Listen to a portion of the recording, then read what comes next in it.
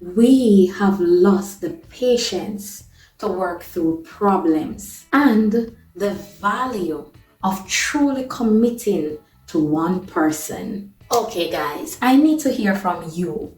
Do you think that relationships were better back in the day, or do you prefer the modern day of dating? Are we revolving in a good way, or did we lose something special along the way?